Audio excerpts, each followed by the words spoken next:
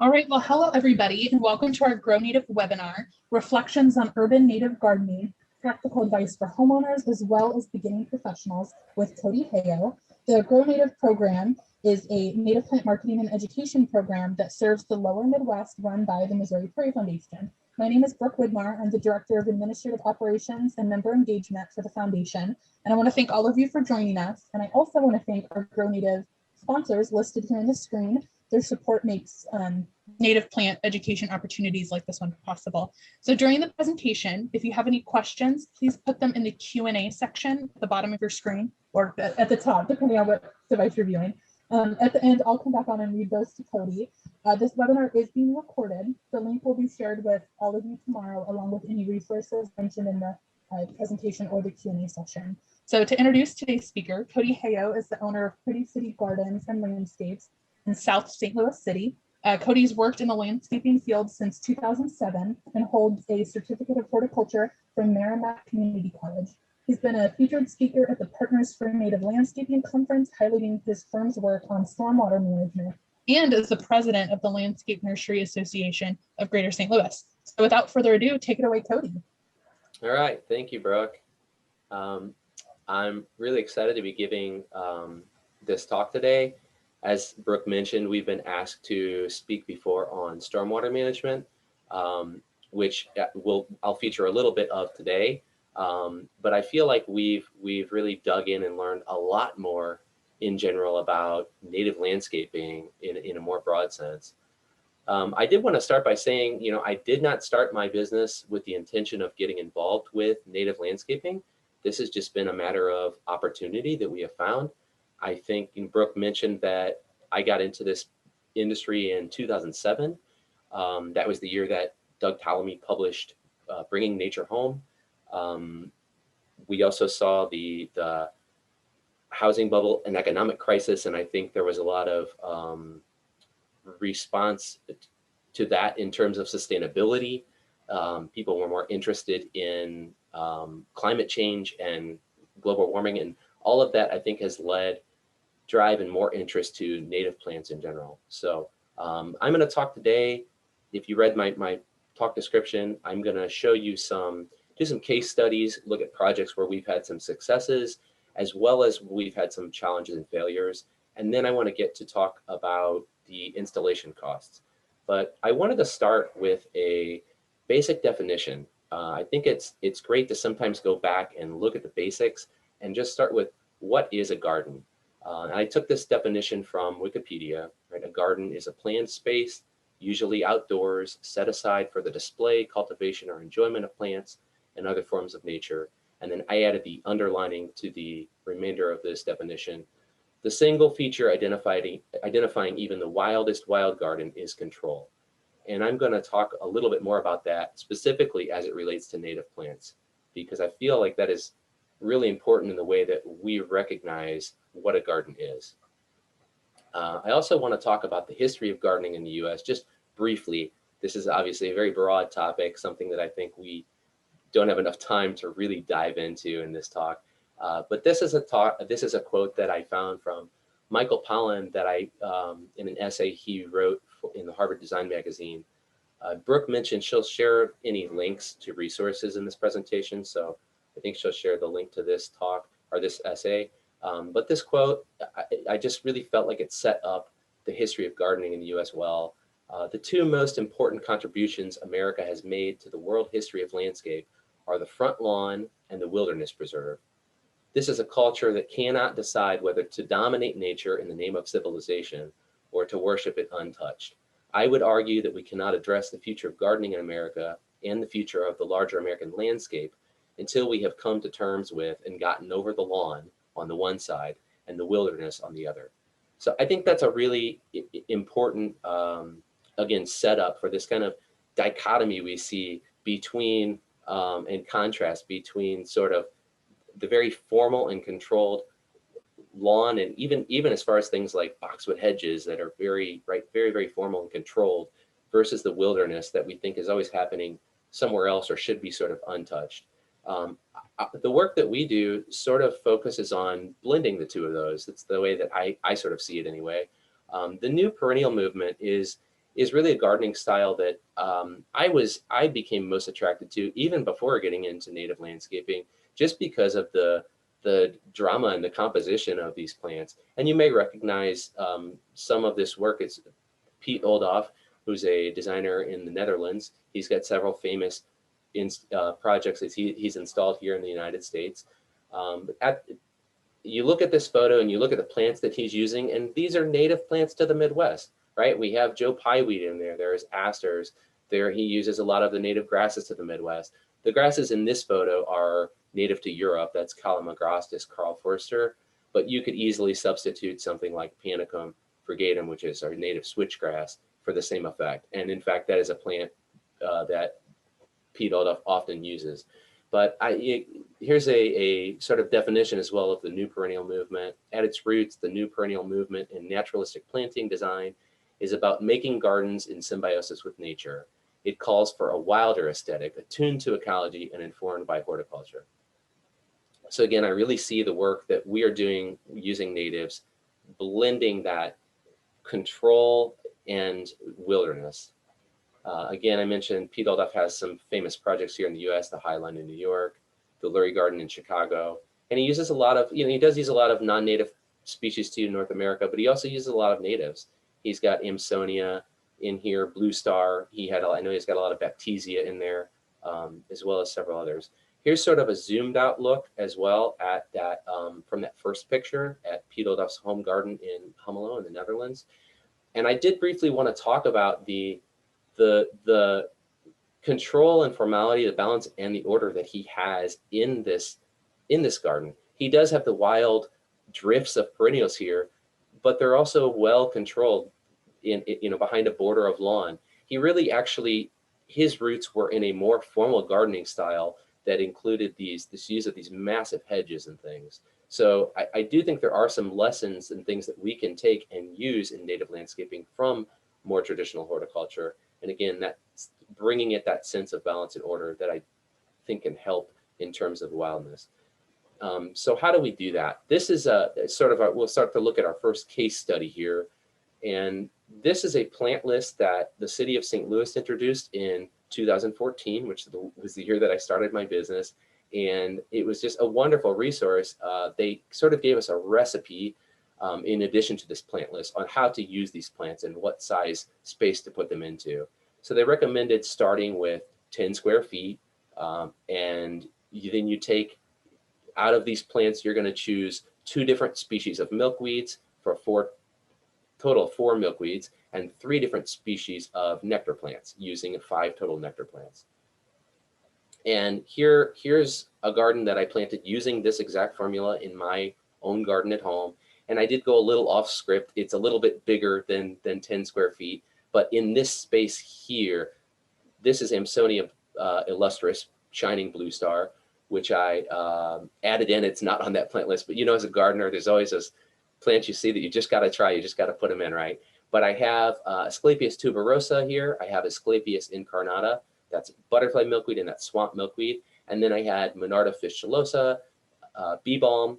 I have purple coneflower, Echinacea purpurea, orange coneflower over here, Rudbeckia fulgida. And so that's my nectar plants and my milkweeds. And here it was in its first year. And I was really just sort of blown away by how well this little garden, this little space did. And it really, for me, this was sort of the gateway into natives. This is where we started, and starting small. Here it is in its 4th year. Things have continued to fill in really well. It's super dense. It outcompetes weeds well. There is still this formality. I mean, this arborvitae, this was here when we moved in, but I do think it adds some nice formality to this bed.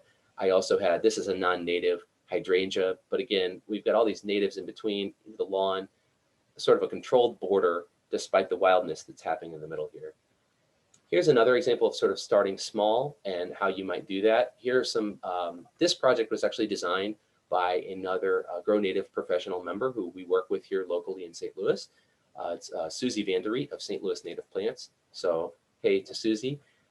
But she had designed in these raised planter boxes in a garden that she referred to us to install.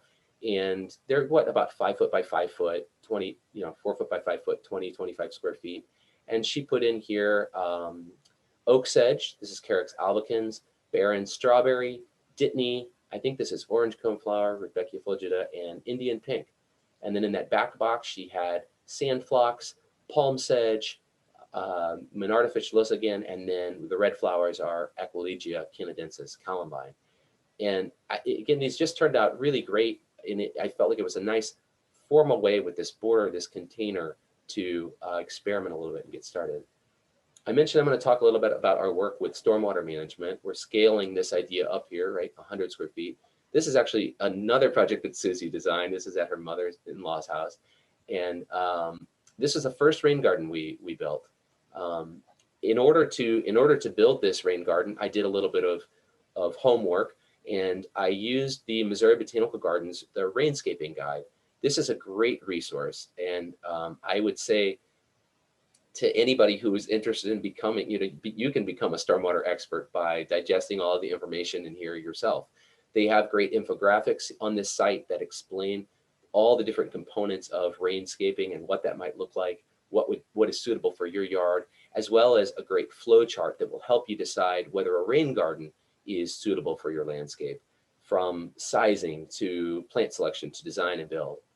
So I use that resource. I used Susie's plans. We installed this first rain garden, and here it was in its second year, filling out quite well. I was really happy to see the progress here. It needed a little bit of maintenance at this time that I visited. I sort of dropped in unannounced. I was in the area and thought, oh, I want to check that out. And again, we've got Shining Blue Star again here, Amsonia illustris, the Carex albicans, oak sedge, and these are both on the upper end of the rain garden where they don't sit in as much standing water. Down in the lower part of the basin, we have Juncus effusus, soft rush, Iris virginica, southern blue flag. Here's then a larger project that we designed where we kind of broke this space up in a variety of ways. We used a pathway up at the top. We included a rain garden in the middle of the area. And then I want to talk about this is immediately after planting, obviously. Here's this garden in its first year as it was filling out. And I wanted to talk a little bit about the plant selection, where we kept formal lower growing plants up here on the edges near the sidewalk and the entryway to the home, and then up near the walkway as well. The plants through the middle could afford to get a little bit taller and a little wilder. That Juncus effusus, again, the soft rush, the palm sedge. This is Monarda bradburyana, a shorter Monarda species. It works pretty well for formal spaces. This is Coreopsis lanceolata, lanceleaf Coreopsis. Here was this garden later in its first year. This garden just filled out incredibly well in 1 year, which we don't normally see. It usually takes, I think, 2 or 3 years to achieve this level of density.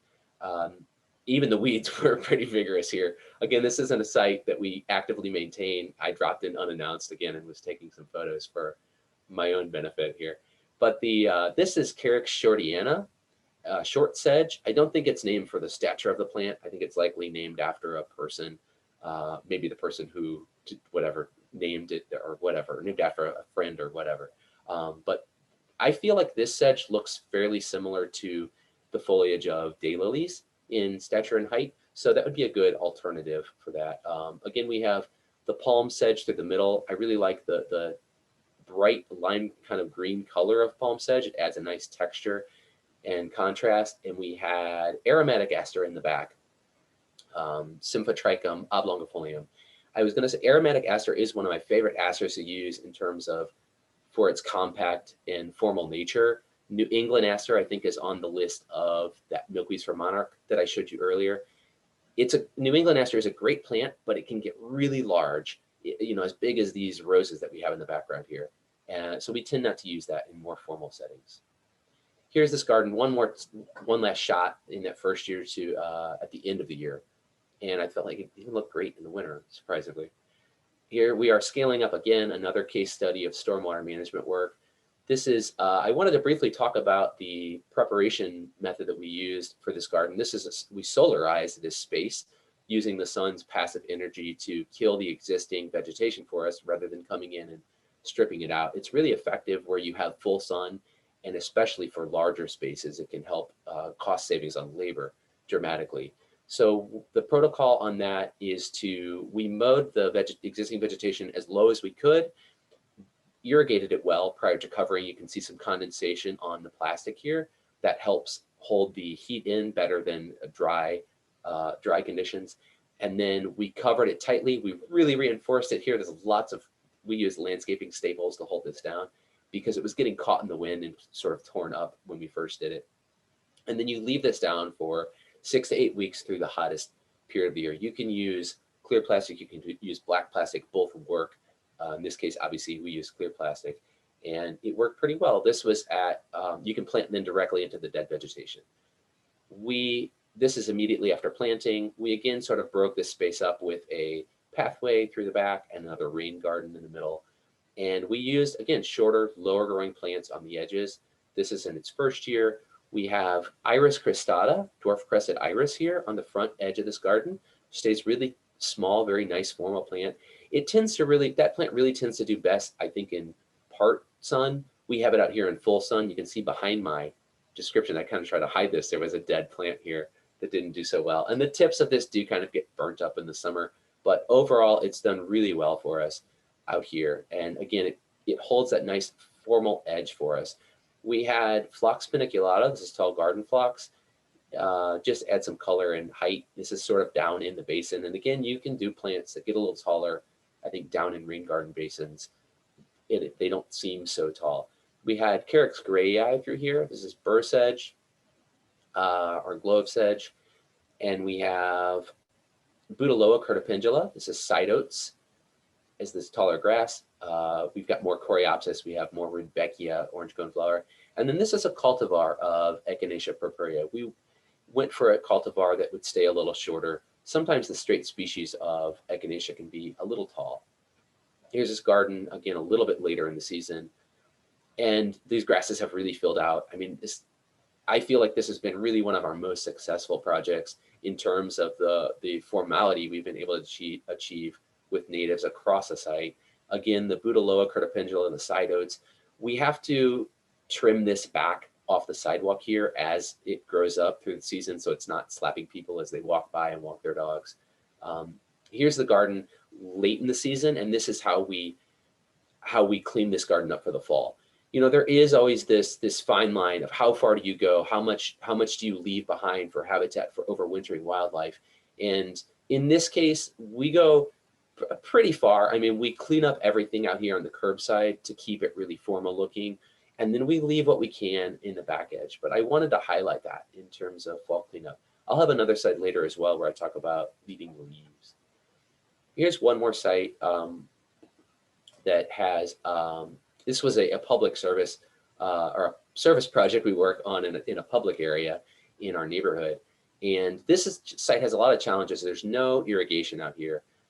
We use all natives here. Here it is in its second year. This is purple poppy mallow, which has come with its own set of maintenance issues that I'll talk a little bit about later. And in its third year, we've had some things move around and seed in. You can sort of see that tree lawn area in the background was not quite as full in that first year. This is purple coneflower has really filled in. We have little blue stem out here. Here it is in its fifth year. So this garden has really persisted. We've really maintained the edges. We've cut the lines, kept it clear, kept it formal. Things are a little wilder and overgrown, but we let that go. We're going up to 10,000 square feet now here. This is kind of cheating a little bit because this garden is across 6 blocks, and each of these little spaces is probably about 600, 800 square feet. These are all native plants, with the exception of there is some Liriope muscari, which is a non-native plant in here in some of the beds. But we've got great density through this district. This is the South Grand Community Improvement District in St. Louis City. It's very close to Tower Grove Park as well as the Missouri Botanical Gardens. And again, South Grand installed these gardens because they were having some issues on the street with flooding actually. And they got a grant to do, so some of these are stormwater basins like you see in the background.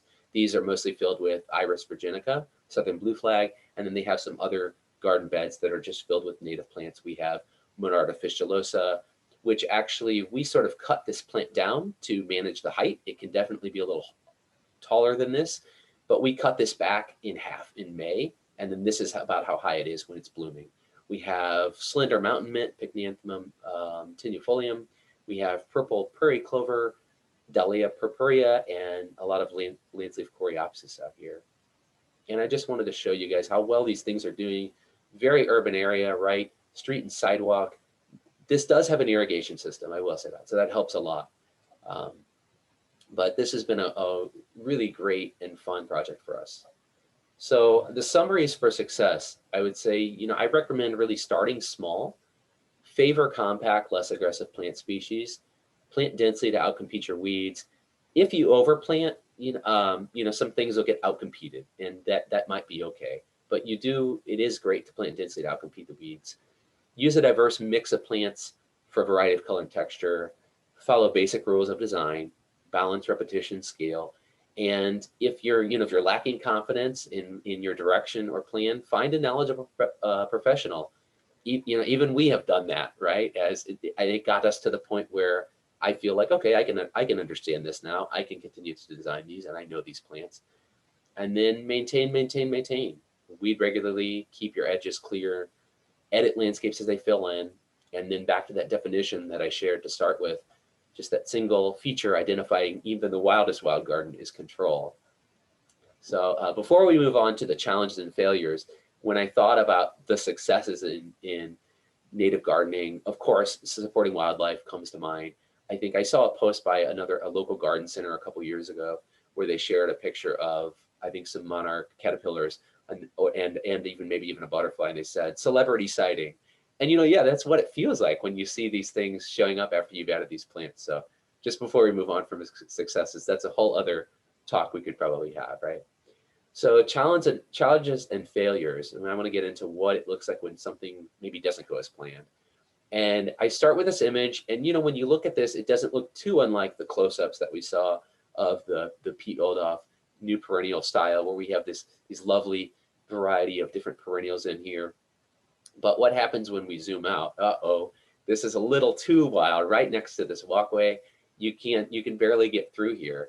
So this is a client that we actually have not yet worked for. I consulted with them early this spring. They provided these photos for me, and I thought, I've seen this elsewhere. I feel like it's a common sort of error that gardeners new to natives make, or even just the overly ambitious. I want to include all these different plants, and it's great. They all have wonderful benefits to wildlife, but when you do this, you know, maybe right next to a walkway, you've got to either maintain that and keep it cut back all the time. And it isn't just the weeds and things in here, right? But it's the stature of these plants. I mean, this is Monarda officiosa again that I showed you on Grand. It was on the South Grand landscape. It was about 3 feet tall. Here it's over 6 feet tall.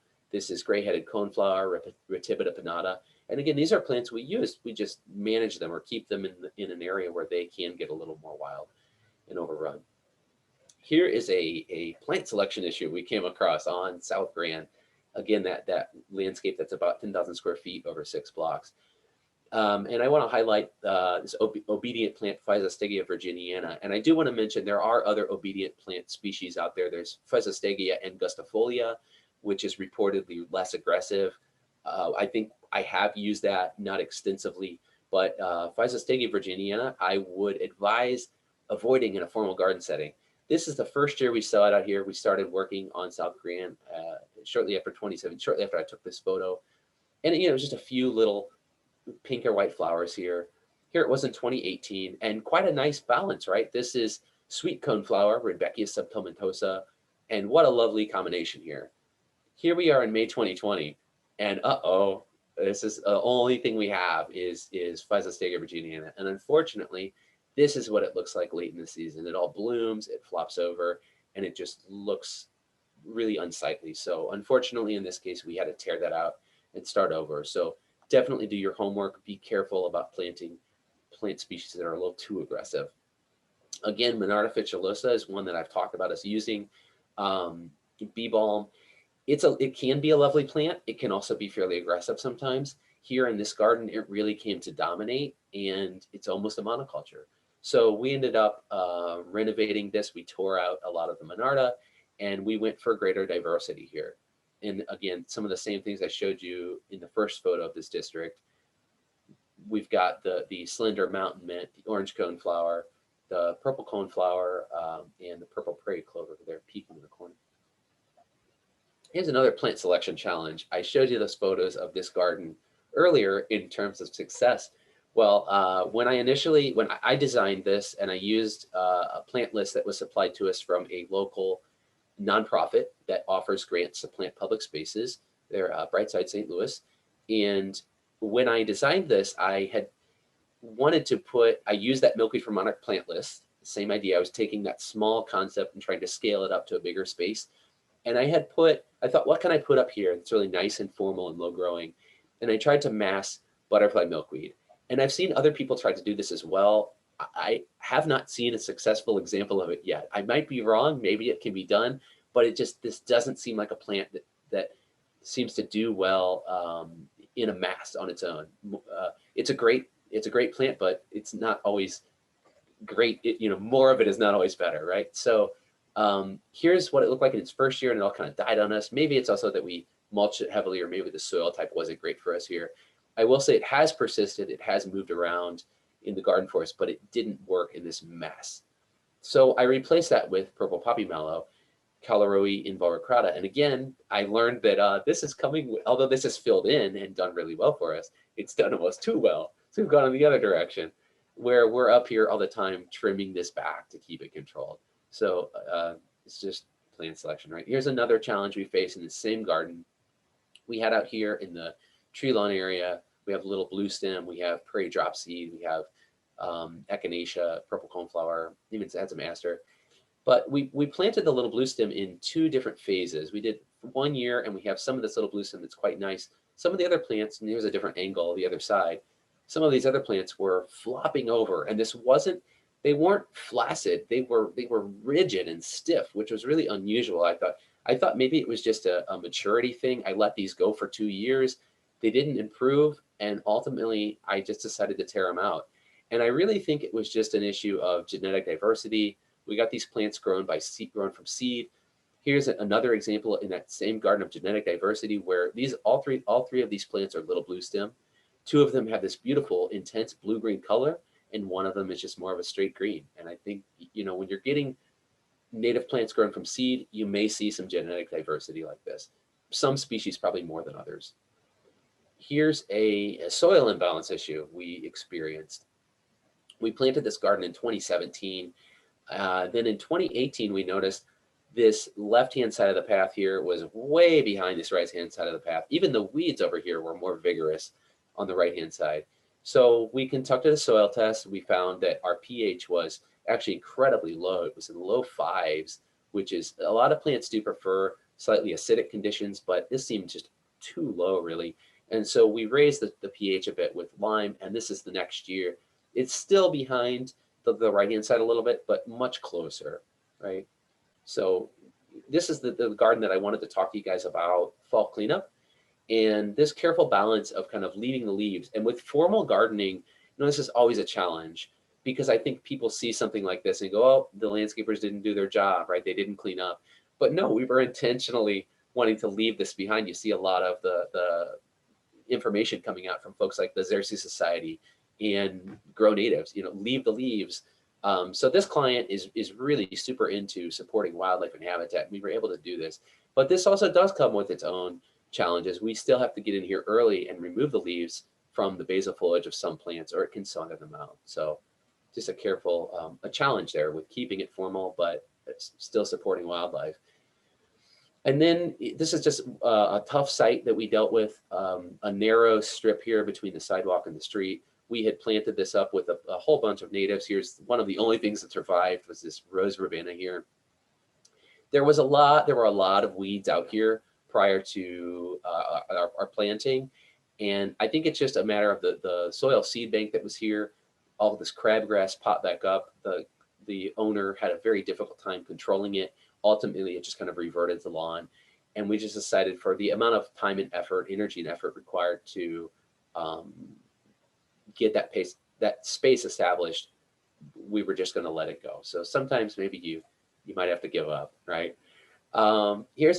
We've dipped these are the last 2 examples I'm going to show you of challenges and kind of failures. They're embarrassing sometimes, right? This is A seeded landscape we've kind of dipped our toe into this a little bit. Seeded landscapes, I think, is generally better to do on a large scale. You can do it on a small scale, but my advice is definitely to be patient if you want to try this. This is the first spring. We seeded this project in the fall prior, and this was coming up in last spring. And there are a lot of weeds coming up here too. We probably didn't do as well of a job of preparing the soil and killing everything as we should have. But there were some native seedlings coming up. I could see some things in here.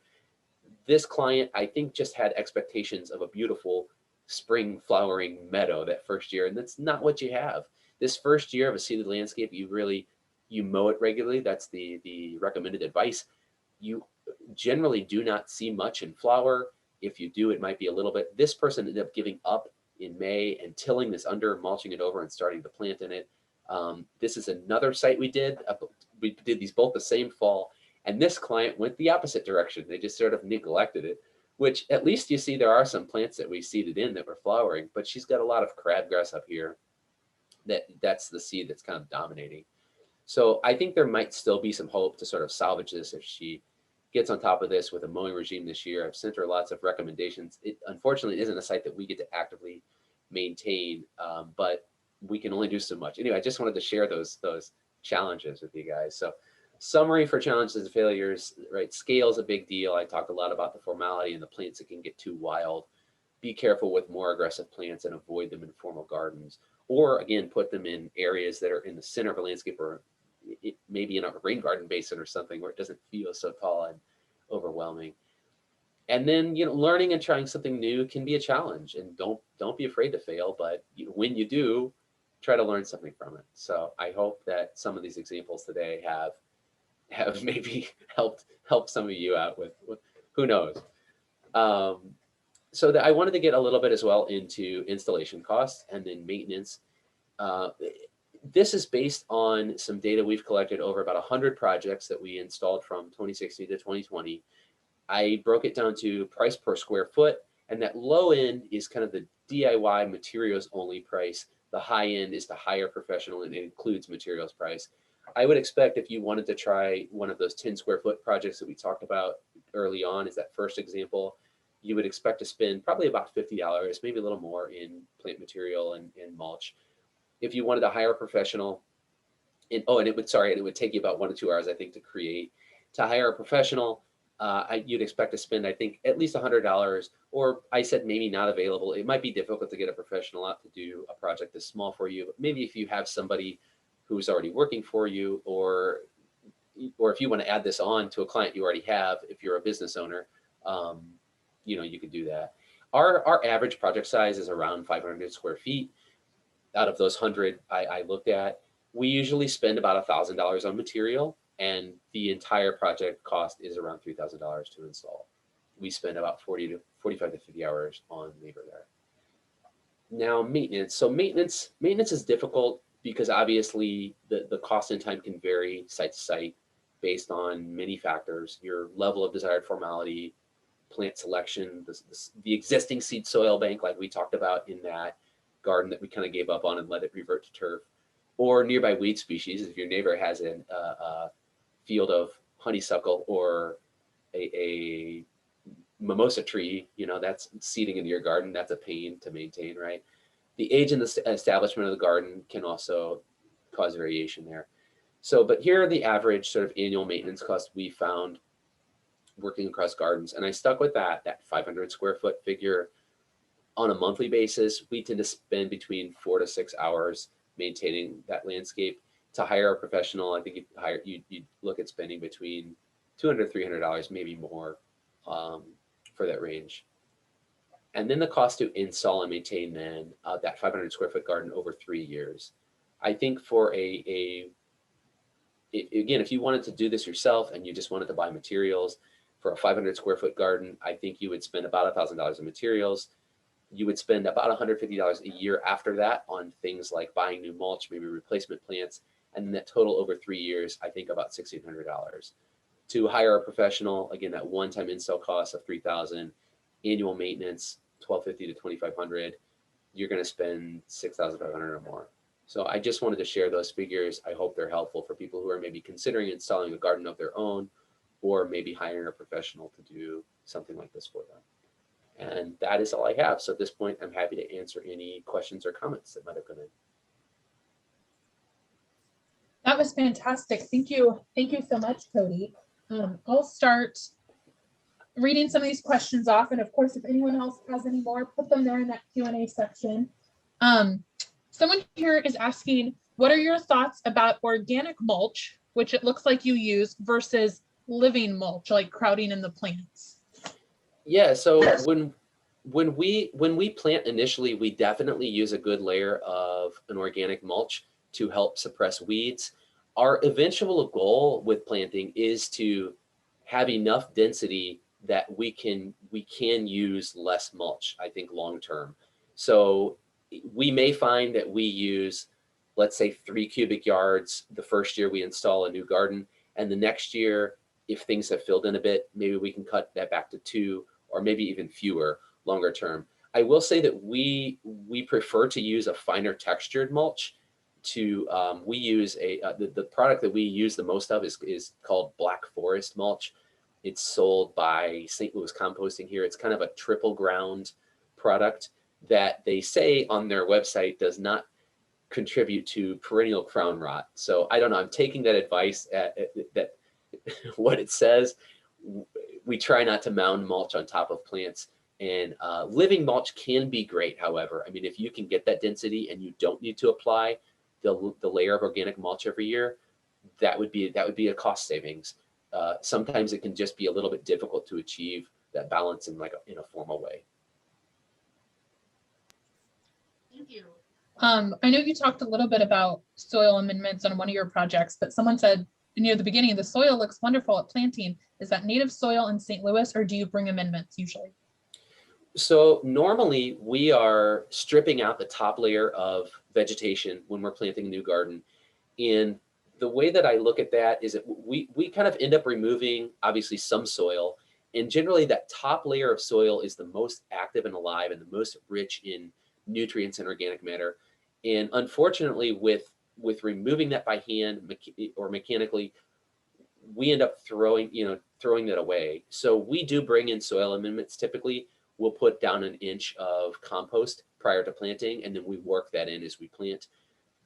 Generally, soils though are pretty good. I mean, that can be a danger with natives, particularly if you have a plant palette that does not like organic rich soils.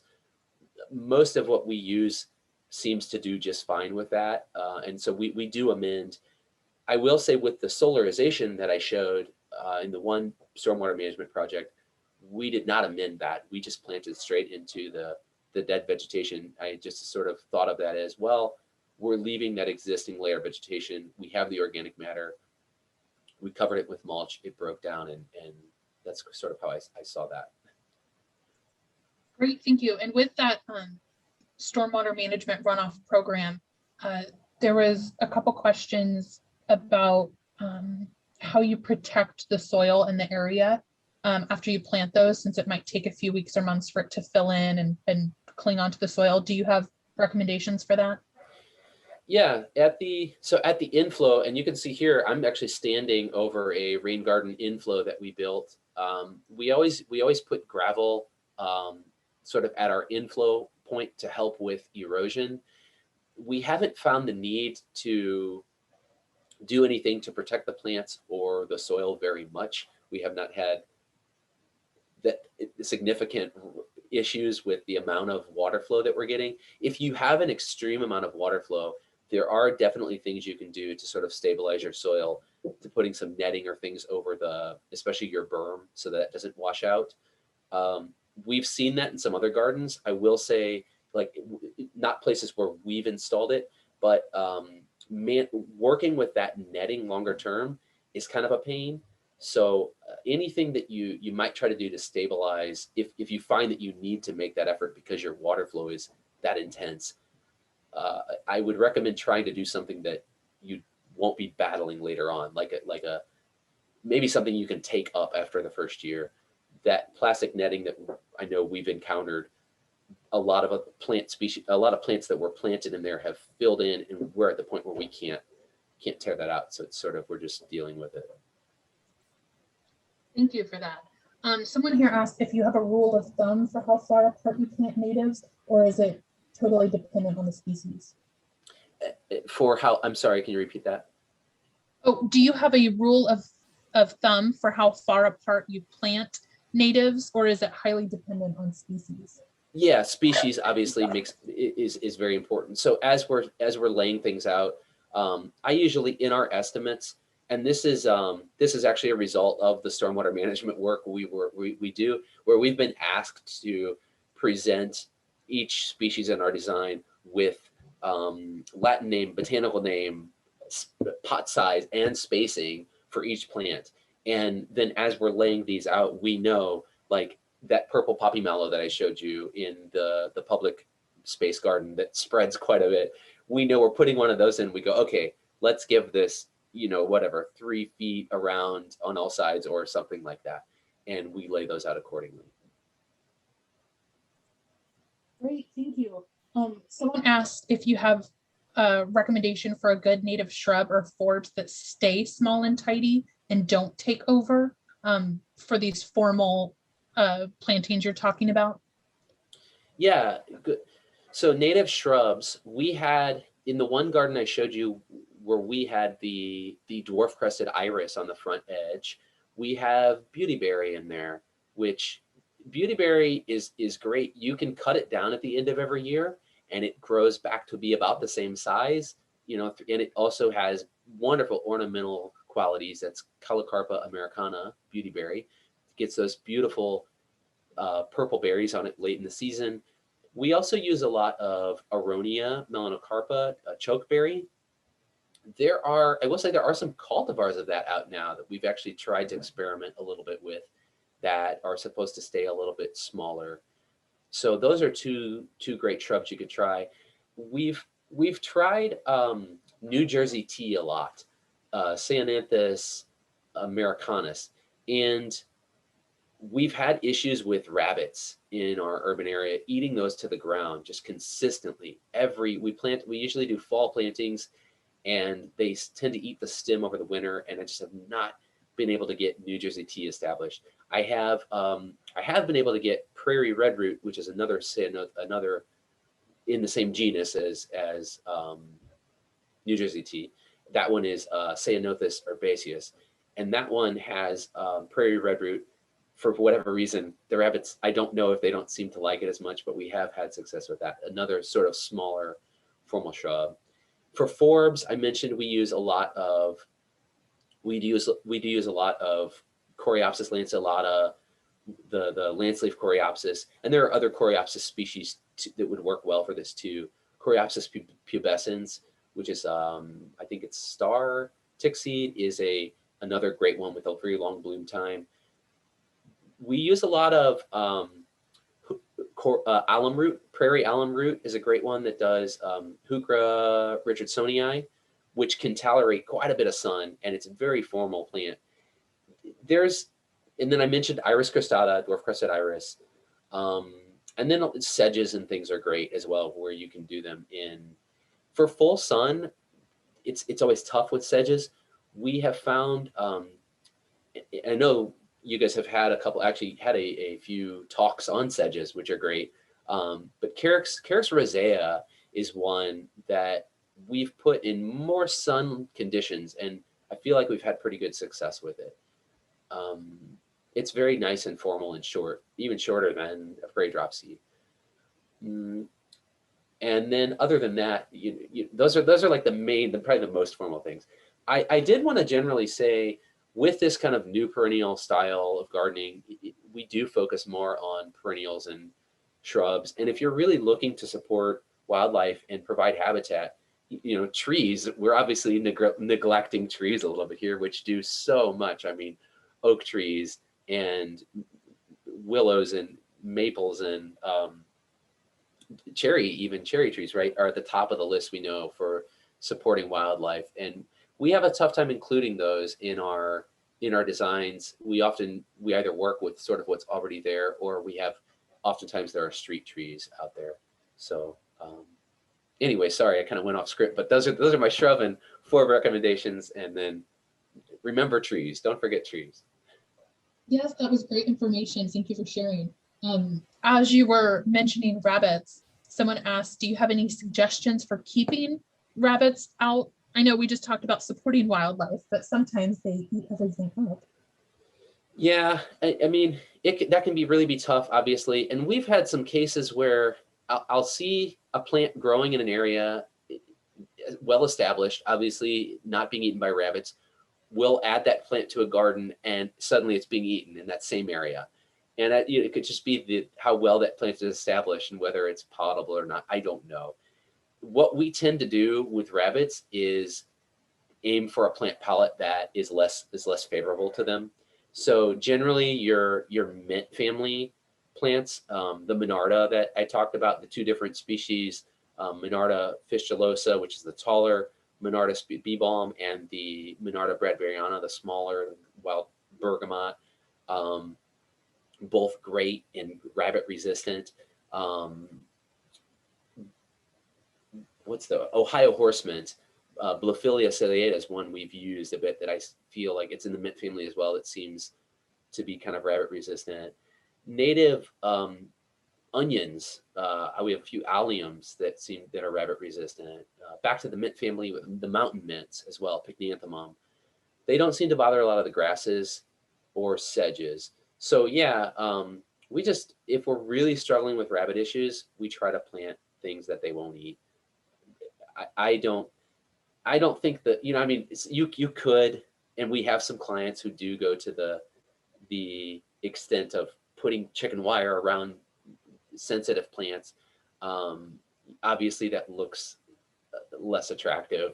So I try not to do that if we don't have to. Great, thank you for all that info. Speaking of some of these more aggressive species you've mentioned, a few folks were wondering if you had native replacement ideas for something like Monarda or some of these other aggressive plants you've mentioned. I assume from folks who don't want to have to cut back and trim it as much. Yeah, that's a good point, because it's a lot of extra maintenance to do that. I mean, we do it because it's there and it's more costly to go remove it all and replace it at this point, but the maintenance does add up. So for shorter plants, a lot of the things I already mentioned in the Forbes recommendations, the dwarf crested iris, the heuchera, richardsonii, the Coreopsis lanceolata, and then a lot of the other ones that I showed in the gardens that we did, orange coneflower, Rudbeckia fulgia. There's other Rudbeckias as well that are shorter. The subtomentosa that I showed is much taller. That's the sweet coneflower so that one might not be, it's not a short formal one.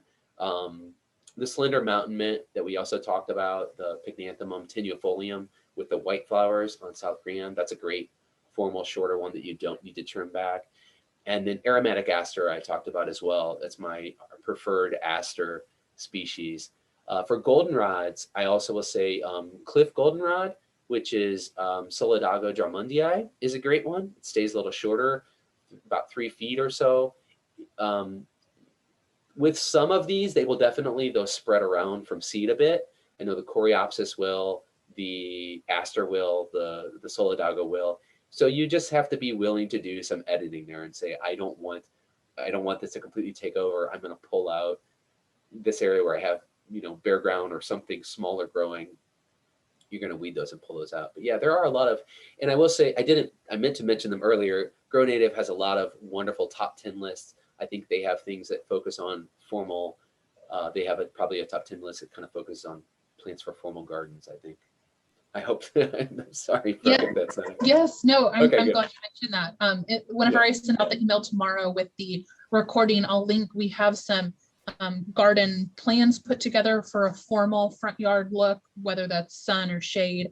And there's a few questions I see popping up that I'll send out some resources tomorrow that will help with those. Someone was wanting a deeper dive into seeded landscapes, and I Yeah, can link some new information we have about that. And someone here said my plant vocabulary is lacking. Is there a PDF or website with some recommendations about info shared today? And we did just an overhaul of our glossary and FAQ on our website just last week. So I'll link that tomorrow. That might help with some of these basics for if folks are new to native plant gardening. But back to some of the questions.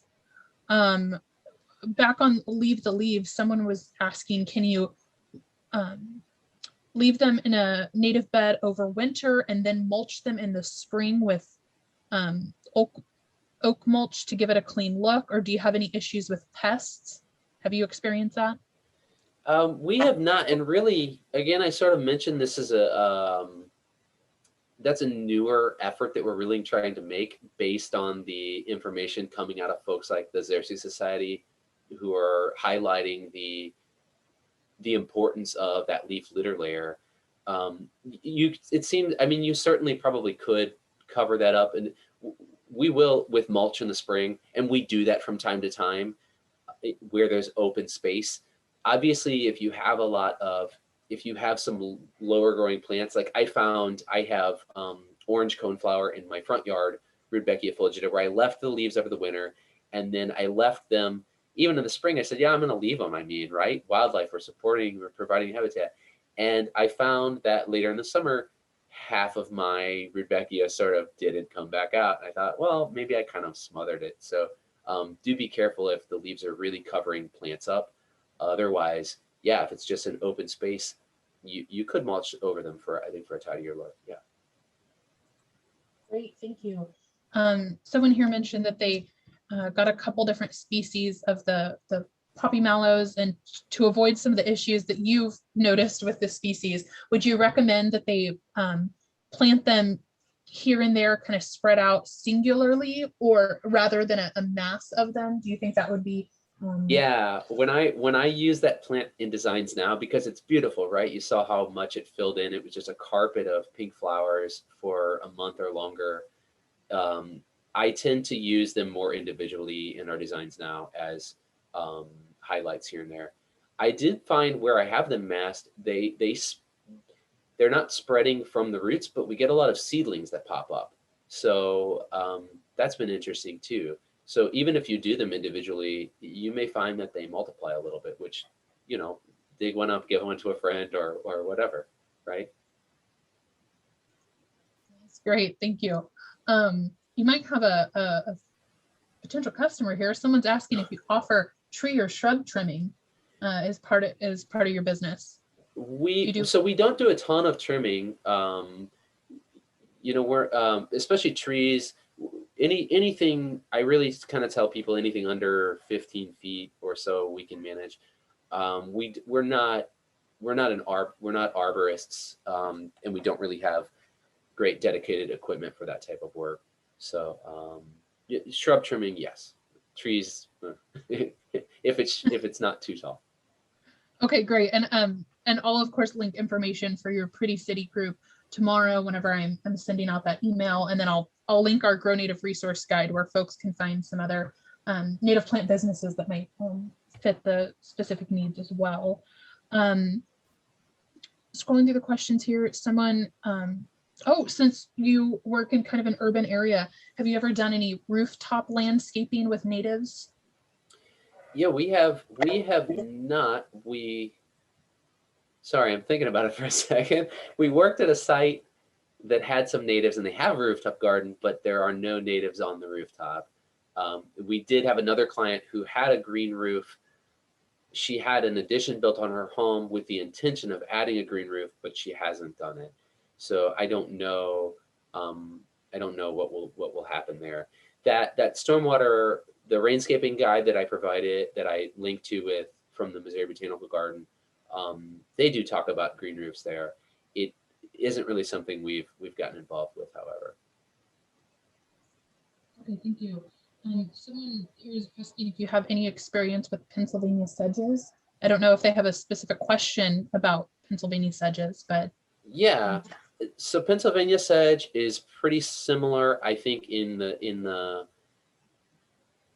habitat preferred as oak sedge, Carex albicans.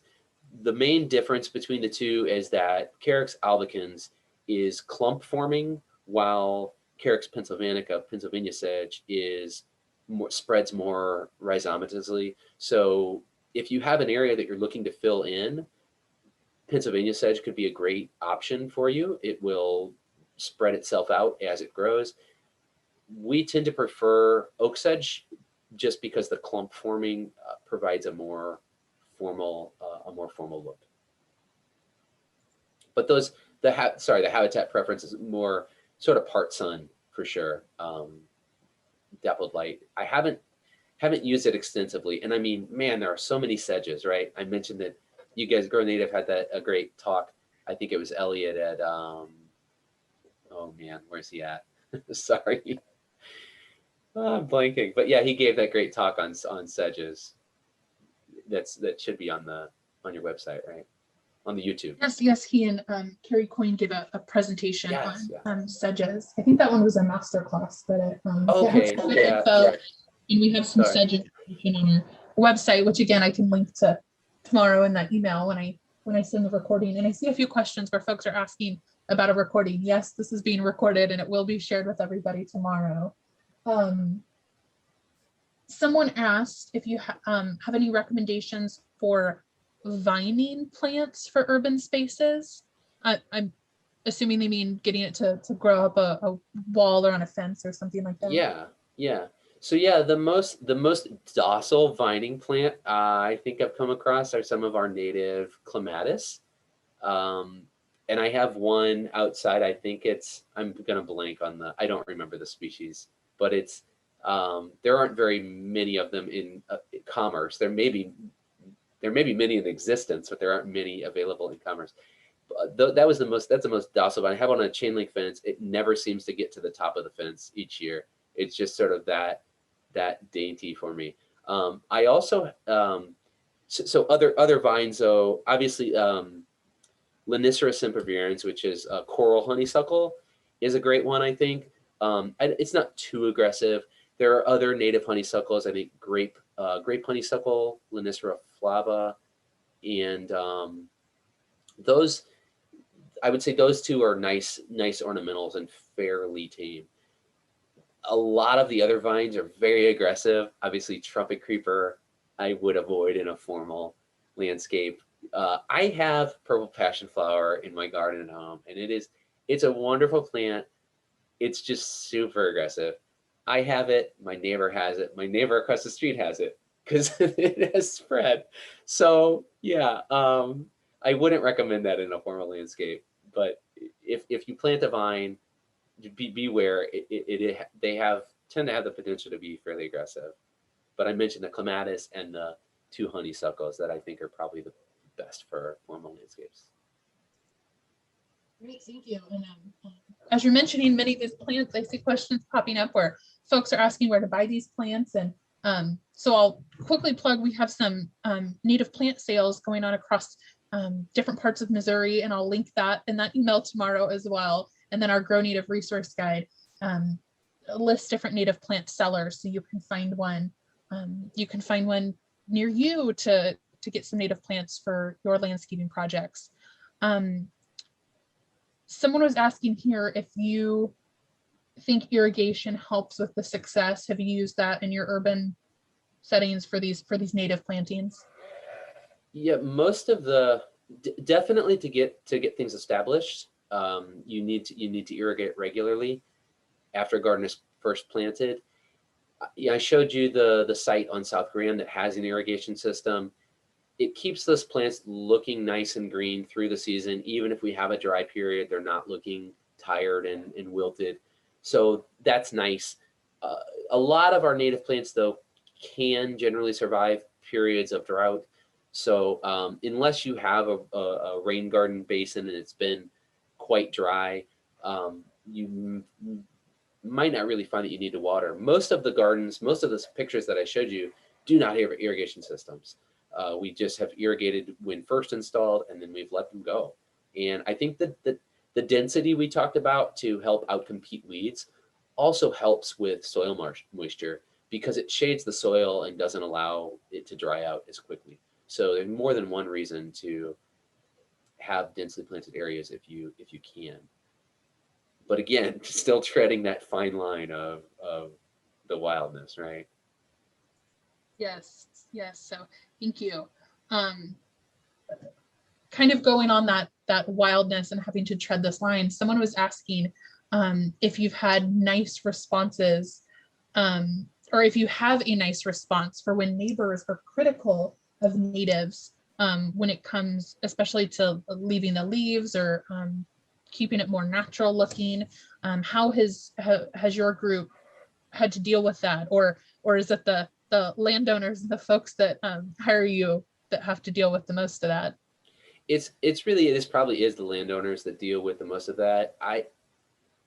I can't think of a situation where I've had to necessarily explain it to a neighbor. I do find that most people are pretty open to, hearing about this though, and hearing about the ways that thinking and seeing the garden beyond an aesthetic piece, something that is just beautifying your home, and talking about the action that can take place there and supporting wildlife, it really seems to pique people's interest. And I just go deeper on that if I see that they're interested a little bit. And I mean, native gardening has expanded. I have that certificate in horticulture from Meramec Community College. I didn't learn very much about native plants there. At the time, there wasn't much of a focus on natives. It was traditional ornamental horticulture. And